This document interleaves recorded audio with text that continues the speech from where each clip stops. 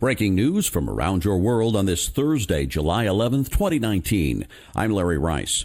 Tropical Storm Barry took form in the Gulf of Mexico Thursday and headed toward an already waterlogged New Orleans, where it was forecast to make landfall as the first Atlantic hurricane of the 2019 season by late Friday or early Saturday. The National Weather Service said the storm had maximum sustained winds of 40 miles per hour as of 10 a.m. Central Time Thursday. Forecasters issued a storm surge warning for a stretch of Louisiana coastline south of New Orleans, stretching from the mouth of the Atchafalaya River to Shell Beach, calling the storm a life-threatening situation. Plaquemines Parish on the coast ordered mandatory evacuations in response to the approaching storm. Officials warned the heavy rainfall and storm surge could threaten low-lying New Orleans, which has already been hit by dramatic flooding, including Bourbon Street in the city's historic French Quarter. New Orleans Mayor LaToya Cantrell declared a state of emergency for the city. Louisiana Governor John Bel Edwards did the same for the entire state Wednesday. Meteorologists predict between 10 and 20 inches of rain will fall on the Gulf Coast on Friday and Saturday from East Texas through New Orleans and the Louisiana coast. Hailstorms, heavy rain, and gale-force winds slammed the Halkidiki region of northern Greece Wednesday night, killing at least 7 people. Officials said about 30 people were hurt. The unusual storm arrived near the popular vacation area of Thessaloniki and lasted for about 15 minutes. A Czech couple died after their caravan blew over in the storm, and a Romanian woman and her child died when a restaurant roof collapsed at Nia Plagia. A Russian man and his son were killed when a tree fell near their hotel at the seaside resort of Potidia. The body of a man was found Thursday in an area between Sosopoli and Nia Kalakratia. Authorities believe the body may belong to a 62-year-old fisherman who went missing during the storm. At least one person among the injured was treated in the intensive care unit of a hospital. Authorities declared a state of emergency in Halkidiki after many structures were damaged. Crews are working to restore electricity in the affected areas. Several Iranian boats tried to stop a British oil tanker moving out of the Persian Gulf into the Strait of Hormuz Thursday, but were driven off by a Royal Navy frigate that was escorting the tanker. Britain's defense ministry said the Iranian vessels reportedly ordered the tanker, British Heritage, to reverse course and head for Iranian waters. The British frigate reportedly moved between the tanker and the Iranian boats, training its deck guns on them and ordering them to back off. Iran denied there was any confrontation, with Iran's Foreign Minister Mohammad Javad Zarif dismissing as worthless the allegation that Iran sought to block the ship. Last week, British Royal Marines in Gibraltar, at the request of the United States, intercepted an Iranian vessel that was believed to have been carrying oil to Syria, and Iran threatened to retaliate. The Kremlin said President Vladimir Putin and Ukraine's leader Volodymyr Zelensky held their first telephone conversation Thursday and discussed settling the conflict in eastern Ukraine and the return of prisoners. The Kremlin said the phone call between Putin and Zelensky had been initiated by the Ukrainian side, and the two leaders discussed the possibility of continuing contacts on the issue in the Normandy format, which involved the participation of France and Germany. Zelensky said on Sunday he planned to continue European-backed talks with Russia on a so far largely unimplemented peace deal and would try to free Ukrainians imprisoned in Russia. These include 24 Ukrainian sailors, among others. The conflict erupted in eastern Ukraine in 2014, shortly after Russia annexed Ukraine's Crimea Peninsula, and more than 10,000 people have been killed.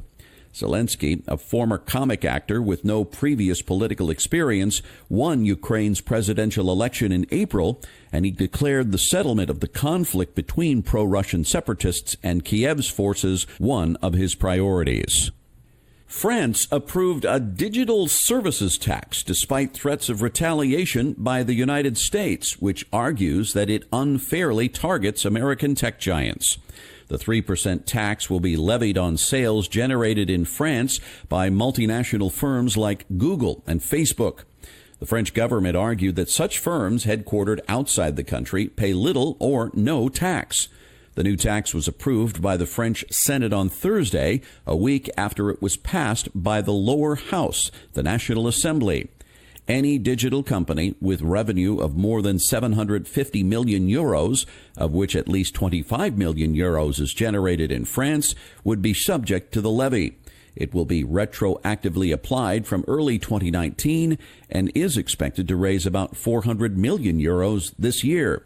The Trump administration has ordered an inquiry into the move, which could result in retaliatory tariffs.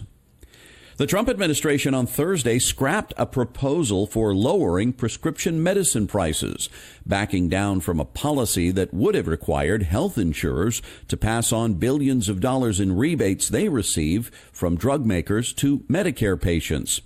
It allows companies like Cigna and CVS Health, which negotiate rebates with drug makers on behalf of the government's Medicare program, to continue to benefit from those discounts. It also raises questions about whether the administration's other efforts to lower prices will affect the pharmaceutical industry more directly. The White House first launched the idea of ending the rebates last year as part of a drug pricing blueprint aimed at bringing down drug costs. A European Vega rocket failed just minutes after launch, crashing into the Atlantic Ocean Thursday off the coast of French Guiana and destroying a surveillance satellite. French launch service provider Arianespace said the 98-foot Vega rocket failed when the solid fuel engines ignited. The satellite cargo was manufactured by Airbus and was being launched into space on behalf of the United Arab Emirates. The rocket took off at 9:53 Eastern Time from the spaceport in Kourou, French Guiana, on the northern coast of South America. The second stage engine was supposed to fire for 77 seconds and make way for the liquid-fueled third and fourth stage rockets. This is the first time a Vega rocket has failed. They've been in service since 2012 and carry a 3,300-pound payload. For this flight, the cargo was a Falcon I-1 satellite that would have provided imagery for the UAE military and commercial users. An independent commission will be established to investigate the failure. A team of aviators, including retired astronaut Terry Virts, landed at Kennedy Space Center Thursday morning, claiming to have broken 2 global flying records for circling the Earth over the North and South Poles. The mission, called One More Orbit, touched down in Florida at 8:12 a.m. Eastern Time, hours ahead of its tentative schedule. Its recorded flight time was 46 hours, 39 minutes, 38 seconds. The average flight speed was 534 miles per hour. That would break the official record for average speeds of 511 miles an hour set in 2008 and for total minimum time of just over 54 hours. Officials from the World Air Sports Federation and Guinness World Records are in Florida to verify that a record was set. Virts is making a documentary video of the flight, tying it to the history of the space program and comparing his orbits in space to the flight. The flight came in the 50th anniversary year of the Apollo 11 moon landing and on the 500th anniversary year since Portuguese explorer Ferdinand Magellan set sail on the first maritime trip around the globe. Former New York Yankees pitcher Jim Bouton, whose irreverent, raunchy baseball memoir, Ball 4, attracted both hostility and acclaim, died Wednesday at his home in Massachusetts, according to media reports. He was 80 years old. The Newark, New Jersey native died following a battle with a brain disease linked to dementia after weeks of hospice care. The knuckleballer, who spent 10 years in the major leagues, was best known for writing the best-selling Ball 4, recounting the 1969 season when he was a member of the expansion Seattle Pilots and the Houston Astros, as well as his earlier years with the Yankees. The book gave fans a rare, intimate glimpse into the drinking, drug use, and sexual escapades that went on in professional baseball at that time. When released, Ball 4 was harshly criticized within the game, especially by then baseball commissioner Bowie Kuhn. But the memoir became widely popular with baseball fans and is now considered one of the most important sports books ever written and is on Time magazine's list of the 100 greatest nonfiction books of all time. And that's your update for this Thursday, July 11th, 2019. I'm Larry Rice. Thanks so much for listening, and I hope you have a wonderful day.